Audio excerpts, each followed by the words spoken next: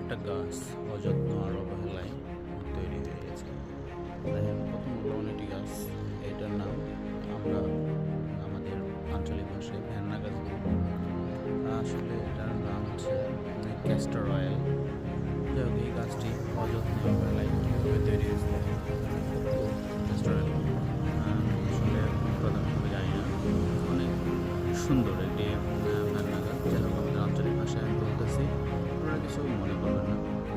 এটা আসলে অযত্নে এটা জঙ্গলের পাশে ব্রিজ, আসলে ব্রিজ দুটা ব্রিজ পাশে হয়ে আছে। তার যত্ন করা লাগবে কিছু অযত্নে তৈরি হয়ে গেছে। আসলে ফুলগুলো খুব সুন্দর ফুটছে,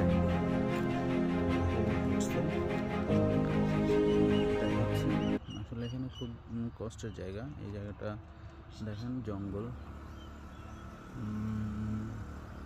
সামনে ব্রিজ আছে, রেল ব্রিজ আছে। এটা আসলে শোভ ব্রিজ বলে।